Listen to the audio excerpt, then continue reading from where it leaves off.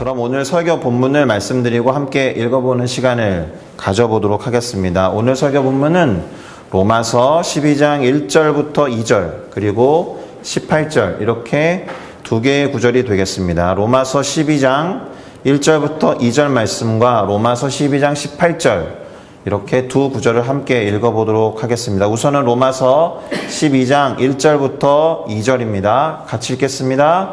그러므로 형제들아 내가 하나님의 모든 자비하심으로 너희를 권하노니 너희 몸을 하나님이 기뻐하시는 거룩한 산 제물로 드리라. 이는 너희가 드릴 영적 예배니라. 너희는 이 세대를 본받지 말고 오직 마음을 새롭게 함으로 변화를 받아 하나님의 선하시고 기뻐하시고 온전하신 뜻이 무엇인지 분별하도록 하라. 아멘. 자, 로마서 12장 18절도 같이 읽어보도록 하겠습니다. 할 수 있거든 너희로서는 모든 사람과 더불어 화목하라. 아멘. 자, 저는 우리가 방금 읽어본 이 로마서 12장 1절과 2절 그리고 로마서 12장 18절 말씀을 가지고 로마서 안에 잠언이라는 제목으로 로마서 12장을 함께 살펴보고 깨달음과 교훈을 얻고자 합니다.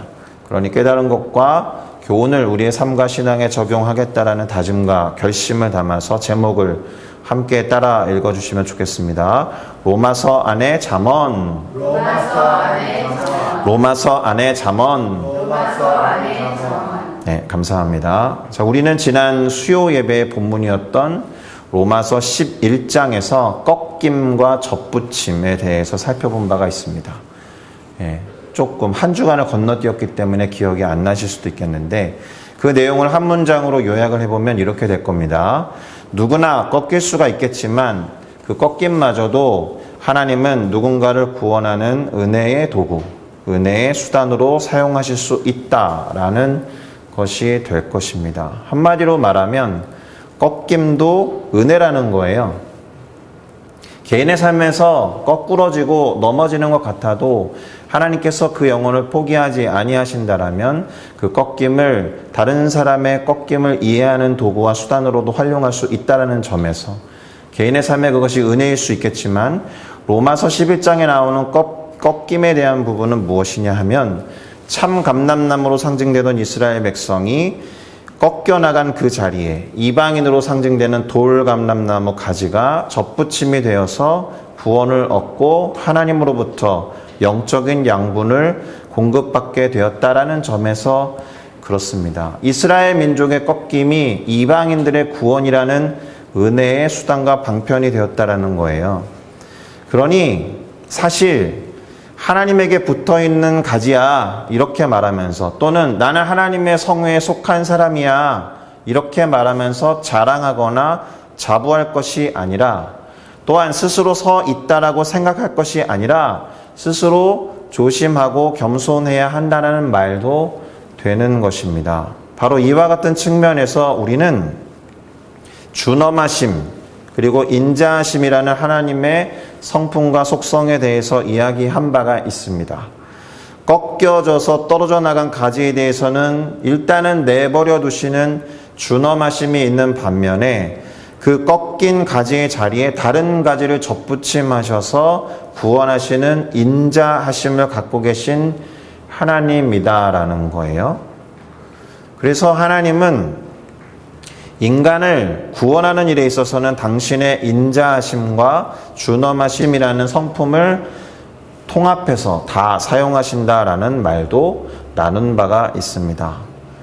사실은 이 이야기를 할 때의 전제가 무엇이었냐 하면 이스라엘이 구원을 받을 수 있을까? 이렇게 질문을 시작했던 사도 바울 안에 커다란 근심이 있었거든요. 자신의 고륙과 친척들이 구원을 받지 못하고 있는 이 상황이 과연 구원을 받는 상황이 될 수 있을까? 그렇게 노심초사하면서 걱정했던 그 바울에게 하나님은 그런 대답을 주신 겁니다. 하나님의 주권, 그 모든 것이 하나님의 통치와 다스리심 안에 있기 때문에 그것을 믿는 믿음에 근거한 의로 인해서 결국 구원을 얻게 될 거다라고 확신하게 되었음을 살펴본 바가 있습니다. 여기까지가 12장 전까지 있었던 로마서 11장의 이야기라고 할 수 있는데요. 그러면 로마서 12장은 어떤 내용을 기록하고 있느냐? 바로 크리스천의 삶에 관한 이야기를 하고 있다는 거예요. 왜일까요? 생존에 관한 이야기가 아닙니다. 탄생에 관한 이야기가 아니고 삶에 관한 이야기예요. 이렇게 말하고 있는 이유는 거듭난 것으로 끝이 아니기 때문에 그렇습니다. 거듭남이라고 했으니까 다시 말씀드리지만 일종의 탄생이잖아요. 새롭게 태어난 거다라는 말입니다. 자, 인간이 출생을 하면 이런 그림으로 요약되는 삶을 살아갑니다. 성장하고 성숙해서 어른이 되어가고 결국에는 그 육신의 삶을 마무리하는 죽음을 향해서 가게 돼요. 그것이 일반적인 육신의 삶을 표현한 그림이라고 하겠지만 거듭났다고 했을 때의 우리의 삶은 죽음이 아니라 영화와 성화의 삶을 살아간다라고 말할 수 있는 겁니다. 그래서 바울 사도가 에베소 교회에 보낸 편지에 보면 그리스도에게까지 자라는 것에 대해서 다음과 같이 말하고 있는 구절이 있습니다. 에베소서 4장 15절인데요. 한번 읽어보겠습니다. 오직 사랑 안에서 참된 것을 하여 범사에 그에게까지 자랄지라. 그는 머리니 곧 그리스도라. 아멘.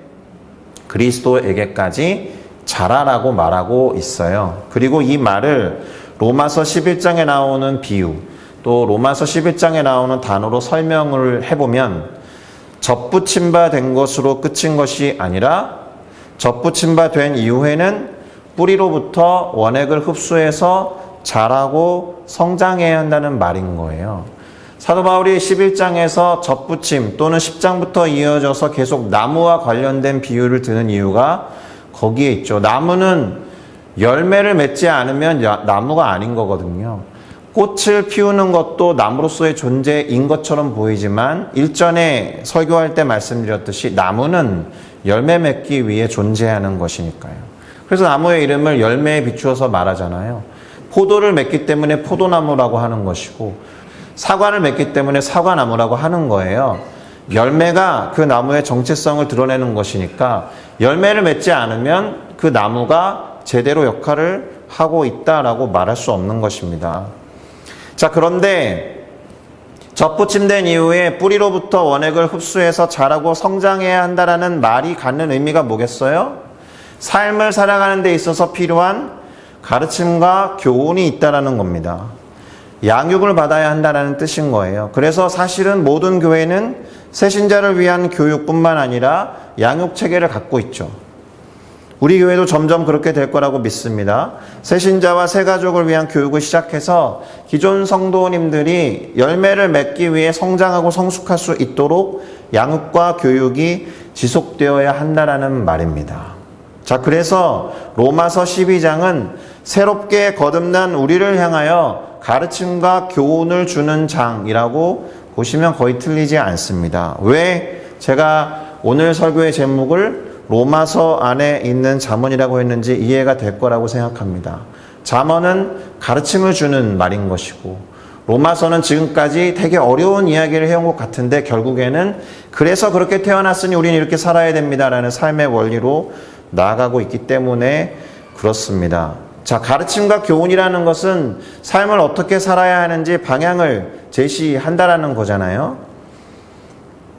꺾이지 않고 자라남은 물론 열매를 맺기 위해서는 일단 서 있는 줄로 생각하지 말 것이며 자랑하거나 교만하지 않아야 한다. 이 말도 사실 잠언과 유사한 표현이잖아요.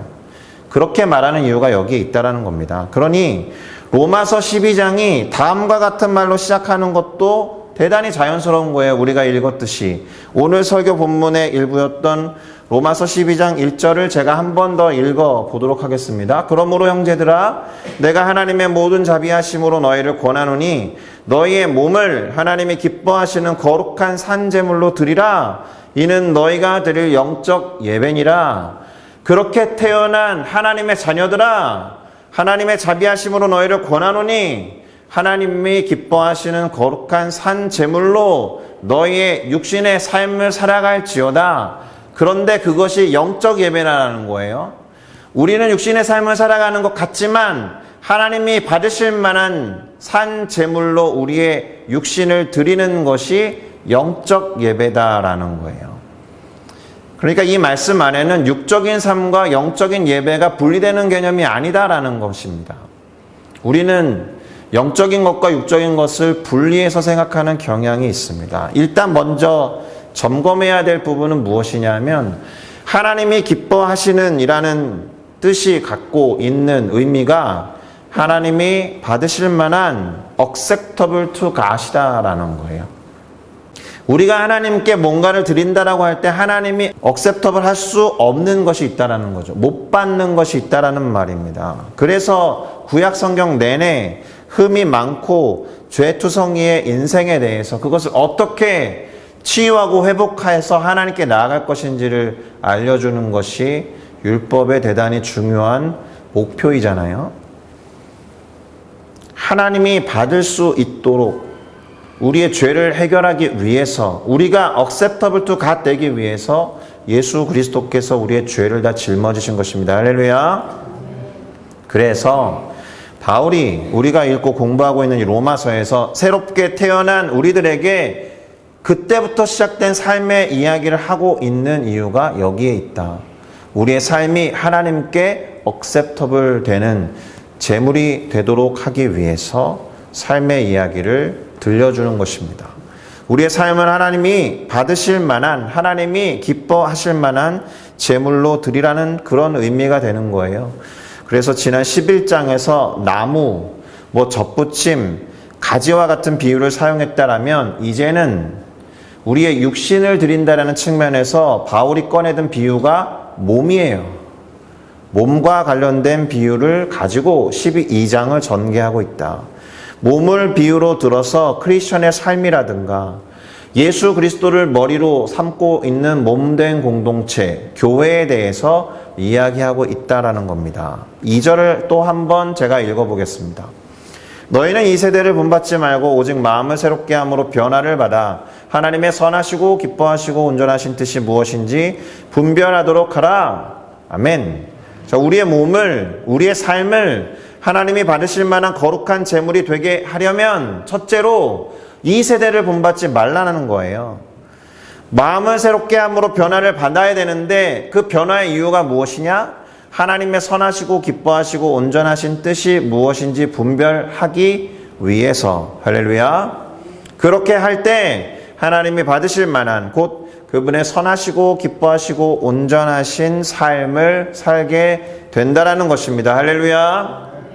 이렇게 말하고 그의 가르침과 교훈을 시작하고 있습니다. 그래서 나머지 부분을 읽어내려가다 보면 마치 구약 성경의 잠언을 읽는 듯한 느낌을 받게 된다라는 거예요.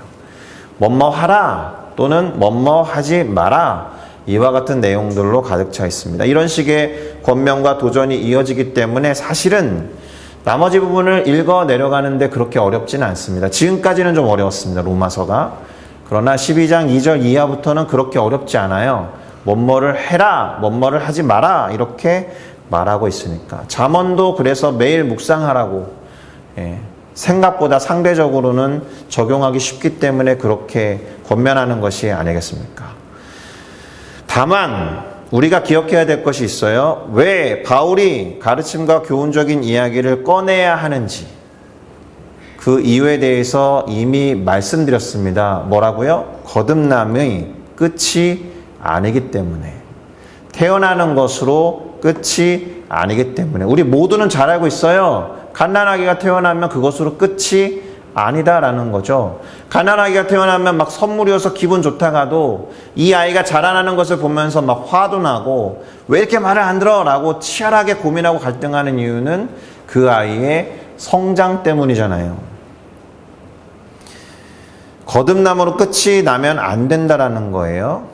조금 더 노골적으로 말씀드리면 이런 겁니다. 나 예수님 믿어서 천국 가, 이렇게 말하고 끝나면 안 된다라는 겁니다. 나 죽으면 천국 가니까 그걸로 됐어, 그래서 이 세상의 삶을 아무렇게나 살면 안 된다라는 말을 하고 있는 거예요. 로마서가 16장까지 있잖아요. 11장까지 어려운 얘기를 계속하고, 왜냐하면 거듭남이 중요하니까. 나머지 4, 5장에 걸쳐서 삶의 원리를 이야기한다라는 상당히 비중이 큰 이야기입니다. 자, 그러면 바울이 로마서 12장에서 어떤 권면을 주고 있는지 대략적으로 살펴보면서 오늘 설교를 정리해 보도록 하겠습니다. 지난 시간들과는 다르게 바울은 몸에 관한 이야기를 하고 있다라고 말씀드렸습니다. 나무나 가지에 관한 이야기가 아니라 몸에 관한 이야기를 하는 이유는 그리스도를 머리로 모신 몸 공동체가 교회이기 때문에 교회의 성도들을 향한 말을 먼저 하고 있습니다. 우선 이런 이야기를 합니다. 기본적으로 기독교인의 삶은 관계지향적이잖아요. 그렇죠? 관계를 떠나서 기독교인의 삶을 말할 수 없어요. 제가 왜 관계를 하는 단어를 갑자기 꺼내느냐 하면 몸된 이야기를 하면서 지체에 대해서 이야기하기 때문에 그래요. 로마서 전반적으로. 그런데 이제 그런 분들이 있잖아요. 신앙을 지키기 위해서 회식 자리에 안 가. 술 먹고 담배 피는 곳에 난 가지 않아. 개인의 신앙을 지키는 데 도움이 될 수 있겠지만 몸된 공동체로서 교회의 구성원으로서 세상에 발을 담그고 있는 크리스찬으로서의 온전함은 그렇게 분리되고 단절된 건 아닌 것 같아요. 신앙은 사실 세상으로부터의 분리가 아니라 구분이 되어야 하는 것이지 신앙적인 무인도에서 홀로 살아가는 것이 신앙은 아닌 겁니다. 제가 지금 뭐라고 했습니까? 분리가 아니라 구분된 삶에 대해서 이야기했습니다. 사실 이 표현은 삼위일체를 설명할 때 주로 사용하는 신학자들의 말이에요. 분리가 아니라 구분된 삶이다. 성부, 성자, 성령이 분리된 것이 아니라 구분될 뿐이다. 이렇게 말할 때 쓰는 명제인데 기독교인의 삶도 마찬가지다라는 거예요. 세상과 분리가 되어서는 안 되고 구분된 삶을 살아야 한다. 영어로 이 단어들이 맞는지는 모르겠지만 한마디로 거룩한 삶을 살아야 하는데 거룩이라는 개념이 고립되거나 분리되거나 세상과의 단절이거나 개토된 삶이 아니다라는 겁니다. 우리가 왕따를 시켜도 안 되지만 우리가 왕따가 돼도 안 되는 거예요. 그것이 자의에 의한 것이든 타의에 의한 것이든 단절이나 차단이 되는 삶이 온전한 신앙인의 삶이라고 말할 수 없는 겁니다. 왜요? 그 다음에 이어지는 몸과 지체의 관계를 봐도 그래요. 몸으로부터 분리된 지체가 없죠. 팔과 다리가 구분되어 있지만 분리되지 않잖아요. 몸으로부터 떨어져 나간 지체를 어떻게든 빠른 시간에 주워 와가지고 봉합시키려고 하는 이유가 그렇게 되면 지체가 죽어나가니까. 몸에서 분리되는 순간 그 지체, 팔과 다리와 몸통과 머리는 죽는 겁니다. 그리스도를 머리로 해서 한 몸을 이룬 지체가 되었다라면 분리되지 않도록 서로가 연락되고 연결되어야 한다. 단 구분된 상태로 이런 이야기를 먼저 하고 있습니다. 12장 4절과 5절을 읽어보겠습니다. 우리가 한 몸에 많은 지체를 가졌으나 모든 지체가 같은 기능을 가진 것이 아니니 이와 같이 우리 많은 사람이 그리스도 안에서 한 몸이 되어 서로 지체가 되었느니라. 아멘. 자, 이렇게 말한 뒤에 여러 가지 이야기를 잠언처럼 붙여놨다라는 거예요. 여러 지체를 이해할 수 있을 만한 이야기를 하고 있습니다. 은사에 대해서는 우리에게 주신 은혜대로 받은 은사가 각각 다르니 혹 예언이면 믿음의 분수대로, 혹 섬기는 일이면 섬기는 일로, 혹 가르치는 자면 가르치는 일로, 혹 위로하는 자면 위로하는 일로, 구제하는 자는 성실함으로, 다스리는 자는 부지런함으로, 긍휼을 베푸는 자는 즐거움으로 하라. 이렇게 말합니다. 긍휼, 다스림, 구제, 위로, 가르침과 같은 은사들이 분리되어 있지 않다. 몸을 이루고 있으면서 서로 구별되는 역할을 원활히 수행하되 사랑을 말합니다. 흡사 은사를 쭉 이야기하다가 사랑장을 끼워넣은 고린도전서랑 비슷하다라고 보셔도 돼요. 사랑에는 거짓이 없나니 악을 미워하고 선에 속하라 라고 명합니다. 형제를 사랑하여 서로 우애하고 존경하기를 서로 먼저 하라 라고 말합니다. 왜요? 그것이 한 몸을 이룬 지체를 연결하는 중요한 가치이기 때문에 그렇습니다. 부지런하여 게으르지 말고 열심을 품고 주를 섬기라 라고 했습니다. 주를 섬기라 라는 것 안에도 사랑이 동기가 되어야 하는 것이죠. 소망 중에 즐거워하며 환난 중에 참고 인내하면서 기도에 항상 힘쓰라. 소망을 품고 사랑하기 때문에 할 수 있는 활동인 거예요. 성도들의 쓸 것을 공급하며 손님을 대접하는 것에 힘쓰라.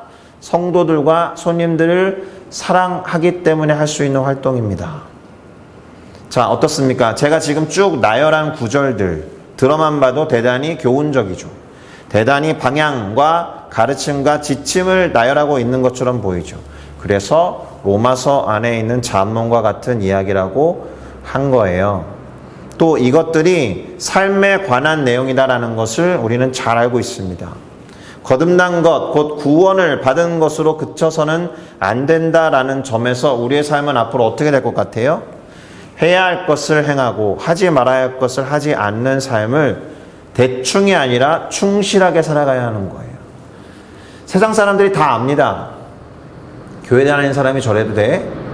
교회 다니는 사람이 더 하던데? 이런 이야기를 하는 이유는 왜 우리가 그런 비판을 받아야 하지? 라고 막 싸우고 싶고 토론하고 싶고 논쟁하고 싶지만 세상 사람들이 갖고 있는 크리스찬에 대한 기대를 반영한 거예요. 세상 사람들이 다 안다는 거죠. 신앙인은 그래야 한다는 것을 그들도 알아요. 어쩌면 그래서 신앙을 안 갖는지도 모릅니다. 크리스찬은 해야 할 것도 많고 생각보다 하지 말아야 할 것도 많아요. 우리가 예수님 믿으면 좋은 일이 일어납니다 라고 할 때 좋은 일을 세상 사람들의 기준으로 말하면 생각보다 좋은 일이 별로 없어요. 하지 말아야 될 게 많으니까 저 그것 때문에 교회 가기 싫습니다. 이런 친구들이 훨씬 많죠. 바로 해야 할 것을 하고 하지 말아야 할 것을 하지 않는 것에 신경을 쓰거나 관심을 기울여 오지 않았기 때문에 세상에 크리스천이 그렇게나 많은데 변화가 없는 거잖아요. 바닷물에 소금이 딱 3.5% 있습니다. 그래도 우리는 바닷물을 마시지 않죠. 엄청 짜서. 세상에 크리스천이 20% 이상 됩니다. 전혀 안 짜요. 세상이라는 바닷물이. 그래서 다시 말씀드립니다. 구원받은 이후에 우리는 더 해야 할 것이 있고 구원받은 이후에 더 우리는 하지 말아야 할 것이 있다. 그런 삶을 이야기하기 위해서 로마서 11장까지 거듭남에 관한 조금은 어려운 이야기를 전개해 온 이후에 삶에 대한 이야기로 전환했다라는 겁니다. 그런데 하지 말아야 할 것과 해야 할 것을 어떻게 알 수 있습니까? 그 말은 기준이 필요하다는 거예요. 무엇을 해야 하고 무엇을 하지 말아야 하는지에 관한 기준. 그래서 12장이 아까 뭐로 시작했습니까? 하나님이 받으실 만한 하나님의 선하시고 기뻐하시고 온전하신 뜻을 분별하다라고 하는 기준을 제시하고 시작한 거예요. 다시 말하면 하나님이 기준이 되어야 한다는 겁니다. 할렐루야. 마지막으로 바울은 자신과 맞지 않는 사람들 또는 소외되고 힘든 가운데 있는 사람들과의 관계에 대해서도 말해요. 자신을 박해하는 자를 축복하라고 합니다. 즐거워하는 자들과 함께 즐거워하고 우는 자들과 함께 울라고 해요. 이 구절이 붙어 있거든요. 근데 우리가 세상에 어떤 일들이 벌어져서 너무 짠하고 힘든 사람을 볼 때 이 다음 구절만 인용하죠. 즐거워하는 사람들과 함께 즐거워하고 우는 사람들과 함께 울라라고 했으니 우리 그분들을 위해서 함께 기도하고 슬퍼합시다 라고 말해요. 그런데 그 앞구절이 자신을 박해하는 자를 축복하라는 말씀도 같이 붙어 있다는 거죠.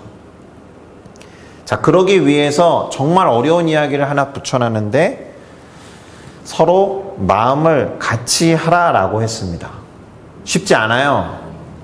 원수들, 힘들어하는 사람들, 박해하는 사람들과 마음을 같이 하는 게 쉽습니까? 그래서 뭐라고 한 거예요? 그 다음 구절이 높은 데 마음을 두지 말라고 했어요. 낮은 데 처하며 스스로 지혜 있는 채 하지 말아라. 16절을 같이 읽어보겠습니다. 시작. 서로 마음을 같이 하며 높은 데 마음을 두지 말고 도리어 낮은 데 처하며 스스로 지혜 있는 채 하지 말라. 아멘. 스스로 높은 데 마음을 가져가면 마음을 같이 할 수 없어요. 잘 생각해 보세요. 스스로 마음을 높은 데 두면 사람들을 함부로 판단하게 돼요. 교만해집니다. 상종하지 못할 사람이네 저 사람, 이렇게 생각하기 쉽다라는 거예요. 그러는 순간 어떤 일이 벌어집니까? 상종하지 못할 사람이네 저 사람이라고 말하는 순간 첫 번째 문장이 해결이 안 돼요. 서로 마음을 같이 못해요. 우는 사람들이랑 울 수가 없습니다. 힘든 사람들을 공감할 수가 없어요. 내 마음이 높은 데 있으니까. 그래서 저 말을 하고 있는 거예요. 높은 데 마음을 두지 말고 도리어 낮은 데 처해 있어라. 그런데 안타깝게도 유대인들이 그렇게 못한 겁니다. 이방인들을 상종하면 안 되는 존재로 생각해버린 거예요. 마음이 높아져서 그들에게 하나님이 약속하신 아브라함의 복을 흘려보내는데 실패한 겁니다. 결론적으로 바울이 그래서 뭐라고 했느냐. 오늘 설교 두 번째 본문이 뭐였어요? 로마서 12장 18절이었는데요. 같이 읽겠습니다. 할 수 있거든 너희로서는 모든 사람과 더불어 화목하라. 할렐루야. 물론 할 수 있거든이라는 단서가 붙어 있죠. 바울이 볼 때도 쉽지 않다는 걸 인정한 겁니다. 쉽지 않다는 걸 바울도 알아요. 그러니 할 수 있거든, if possible 그렇게 돼 있잖아요. 노력해라, 최선을 다해라. 완벽하지 않아도 괜찮다만 그래도 그렇게 하고자 노력해 봐라. 왜요? 로마 교회가 그렇게 생겼거든요. 로마 교회가 유대인들도 있었지만 로마 시민권자들을 비롯한 이방인들이 있었고 계층과 여러 가지 계급이 나뉘어져서 짬뽕된 교회였단 말입니다. 하나 되기 쉽지 않았던 교회예요. 물론 사도 바울이 개척한 교회들이 대부분 그랬습니다. 그런데 오늘날의 교회도 마찬가지잖아요. 싱가포르 교회도 마찬가지입니다. 나랑 맞는 사람이 많았으면 좋겠는데 안 맞는 사람들이 꼭 한 명 이상 있잖아요. 분란이 날 수 있습니다. 한 명 정도 있으면 괜찮죠. 그 정도면. 심지어 원수 같은 존재도 있잖아요. 그 사람 오면 나 안 가. 사람 때문에 교회를 옮기는 사람들이 있죠. 하나님 때문이 아니라. 그래서 바울이 친절하게 뭐라고 붙여놨냐. 원수를 친히 갚지 말고 하나님께 맡겨라. 심지어 뭐라고 되어 있는지 아세요? 하나님의 진노하심에 맡겨라. 너의 저 사람을 원수로 삼은 그 마음이 옳다면 하나님도 나처럼 진노하실 거니까 하나님께 맡기라라는 거예요. 원수 갚는 것이 우리에게 있지 않고 하나님께 있으니 하나님이 갚으시겠다라고 하신 말씀을 인용하면서 말합니다. 오히려 원수가 줄이거든 먹여라. 그가 목마르거든 마시게 해라 라고 했어요. 할 수 있거든. 그러면 어떻게 될 것 같아요? 원수된 사람이 엄청 괴로워합니다. 이 사람 차라리 나한테 뭐라고 했으면 좋겠는데 뭐라고 하는 것도 아니고 나한테 왜 이렇게 잘해주지? 궁금해서 죽으려고 할 겁니다. 무슨 꿍꿍이가 있을 텐데. 그래서 사도 바울이 그 상황을 뭐라고 표현했어요? 그들 머리에 숯불을 올려놓는 거라고 말했습니다. 이스라엘 사람들이 이제 가정에서 화로를 사용합니다. 화로를 가지고 난방에도 사용하고 간단한 음식을 해먹는데 그러니까 화로불 꺼트리면 안 되죠. 제가 살았던 시기에 연탄불을 갈았을 때 연탄불 꺼트리면 안 되는 거예요. 그래서 번개탄 만들어내고 또는 번개탄을 급하게 살 수 없을 때는 옆집에 가서 연탄을 구워옵니다. 불 좀 빌려줘 이렇게 합니다. 그러면 연탄집게로 불이 살아있는 연탄을 들고서 안 떨어뜨리려고 최대한 몸에 가까이 대고 이렇게 뜨거움을 감수하면서 가요. 조심스럽게. 숯불을 그 머리에 쌓아놓는 장면이 그거예요. 불을 빌려올 때 이 숯불마저 꺼트리면 안 되니까 이거를 정말 최대한 조심스럽게 다루면서 가는 거예요. 마치 그와 같은 거죠. 옆집 사람이 불을 빌려주지 않으면 아주 낭패를 보는 건데 빌려줬어요. 그러면 그 불도 소중하기 때문에 엄청나게 조심해서 다루는 장면을 숯불을 그 머리에 쌓는 것에 비유한 겁니다. 근데 옆집 사람이 원수면 안 빌려주겠죠. 근데 그 원수가 빌려주면 이 불이 얼마나 소중하겠습니까? 이 불을 꺼뜨리는 순간 원수의 원수짓을 더하는 거니까 머리에 이고 가는 듯한 느낌으로 가져가는 거예요. 이러한 비유를 사용해서 말하고 있는 겁니다. 그래서 결론이 뭡니까? 악에게 지지 말고 선으로 악을 이기라 라는 거예요. 이것이 로마서 12장의 마지막 구절입니다. 대단히 관계지향적이고 삶의 지침과 교훈과 가르침을 주는 본문이에요. 자, 이제 정리를 해보겠습니다. 사실 로마서의 12장부터 16장까지는 여러 가지 가르침들을 나열해 놓아서 마치 잠언을 읽는 듯한 느낌을 줘요. 그래서 로마서 안에 잠언이라는 제목을 붙였다라고 말씀을 드려본 것이고, 앞선 로마서 11장에서 꺾임과 접붙임에 대해서 살펴본 것을 기억해야 되는데, 거기에도 교훈이 숨겨져 있죠. 누구나 꺾일 수 있기 때문에 꺾이지 않기 위해서라도 가지에 잘 붙어 있어야 한다라는 겁니다. 그것을 크리스천의 삶의 영역으로 가져와서 우리가 함께 생각해 보면 왜 이 로마서 12장 1절과 2절이 그런 흐름 가운데 그런 내용을 기록해 놓았는지 이해할 수 있다라는 겁니다.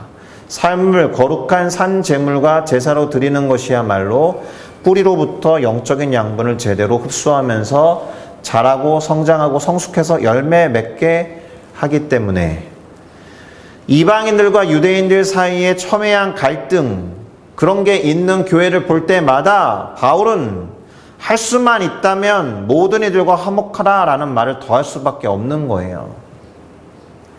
물론 어렵기 때문에 할 수만 있거든이라고 전제를 깔아놨습니다. 이처럼 바울은 크리스천의 삶과 관련해서 가르침과 조언을 하면서 나머지 로마서 후반부를 기록하고 있습니다.